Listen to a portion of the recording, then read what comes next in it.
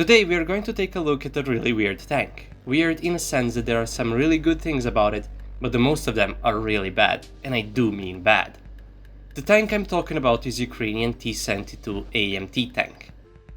Before we go any further, a quick word from my sponsor, War Thunder, which is also a game I quite like playing myself. War Thunder is a military vehicle combat online game. It is free to play on PC, PlayStation 4 and Xbox One.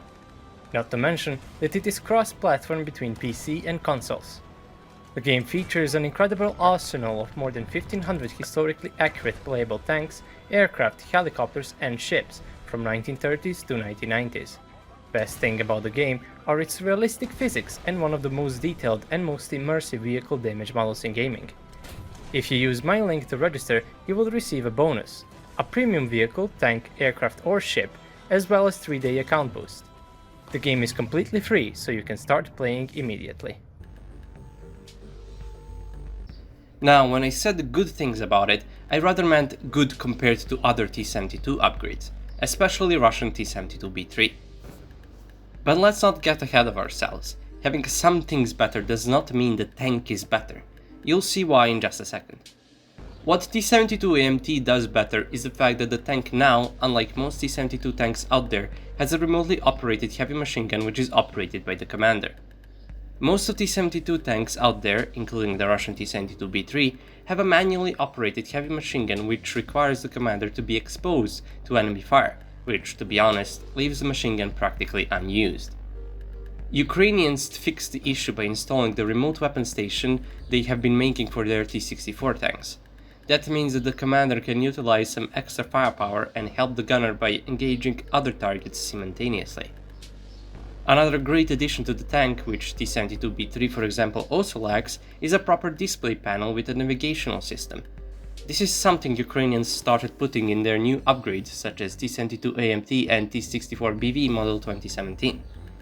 But that's pretty much where the fun ends. What might seem good at the first glance is the fact that the tank is equipped with NOJ explosive active armor, which works against both APF-SDS and heat projectiles. But here is the problem, the base armor is really bad.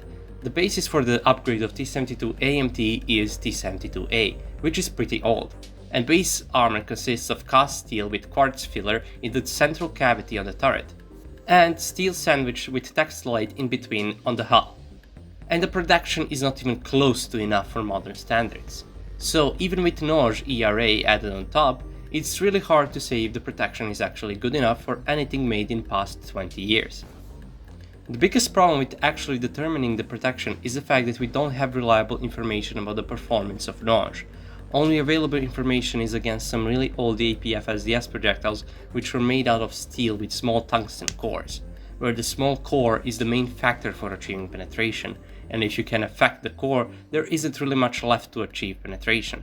So the figures we have for NOJ are nothing we can use to determine its performance against modern projectiles, which have cores made out of depleted uranium or tungsten that span through the entire length of the penetrator. Therefore, I can't say for certain if the protection is any good. Another big problem with the vehicle is the fire control system.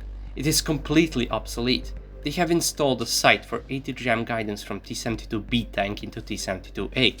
The sight also doubles as passive image intensifier, which means ATGMs can't be used during the night. What it also means is that the tank has no thermal imaging system, which is pretty much mandatory for a tank made in 21st century. Not to mention that the infrared searchlight takes the room on the frontal turret, which could have otherwise been used to mount extra ERA panels, which further limits the protection.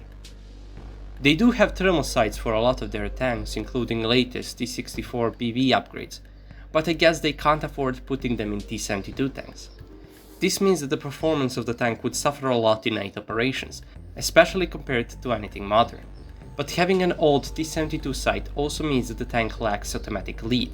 All modern tanks at least have automatic lead, which is used to lead a moving target where the computer calculates the trajectory. But T-72A and T-72B sights never had that option. Today, T-72B3 has automatic target tracking, which is even better than automatic lead, since for automatic lead you have to maintain your sight on the target. For target tracking, fire control system does everything for you, and pretty much all modern tanks have that option. not to mention that automatic lead was made for T-64B tanks back in 1976, so they definitely have the tech to make better sights. But again, compromises had to be made to make the vehicles as cheap as possible. But at the end of the day, is it even worth it?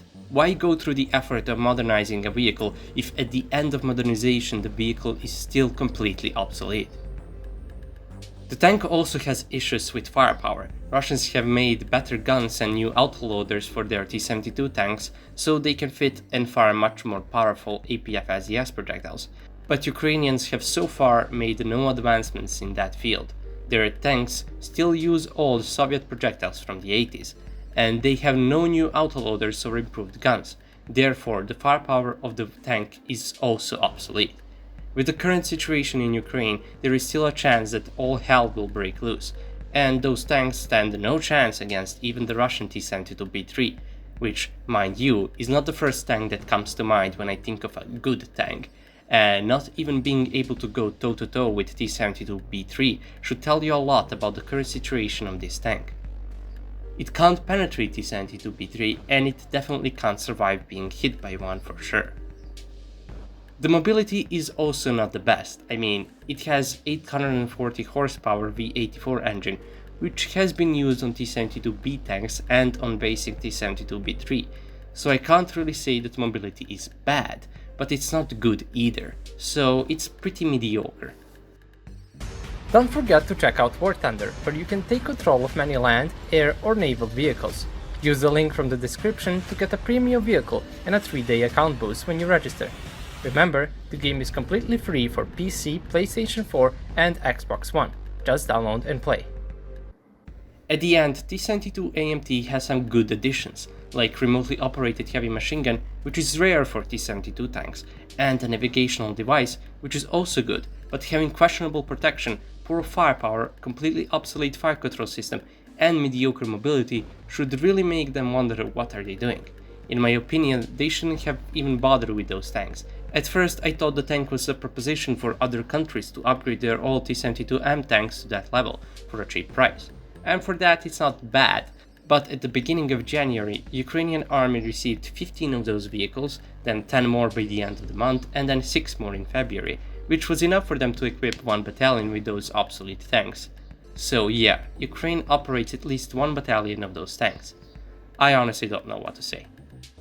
That would be all, thanks for watching. If you like my content, you can consider supporting me on Patreon, and if not, you can leave a like on the video or subscribe if you're new, and I'll see you all in the next video. Have a nice day.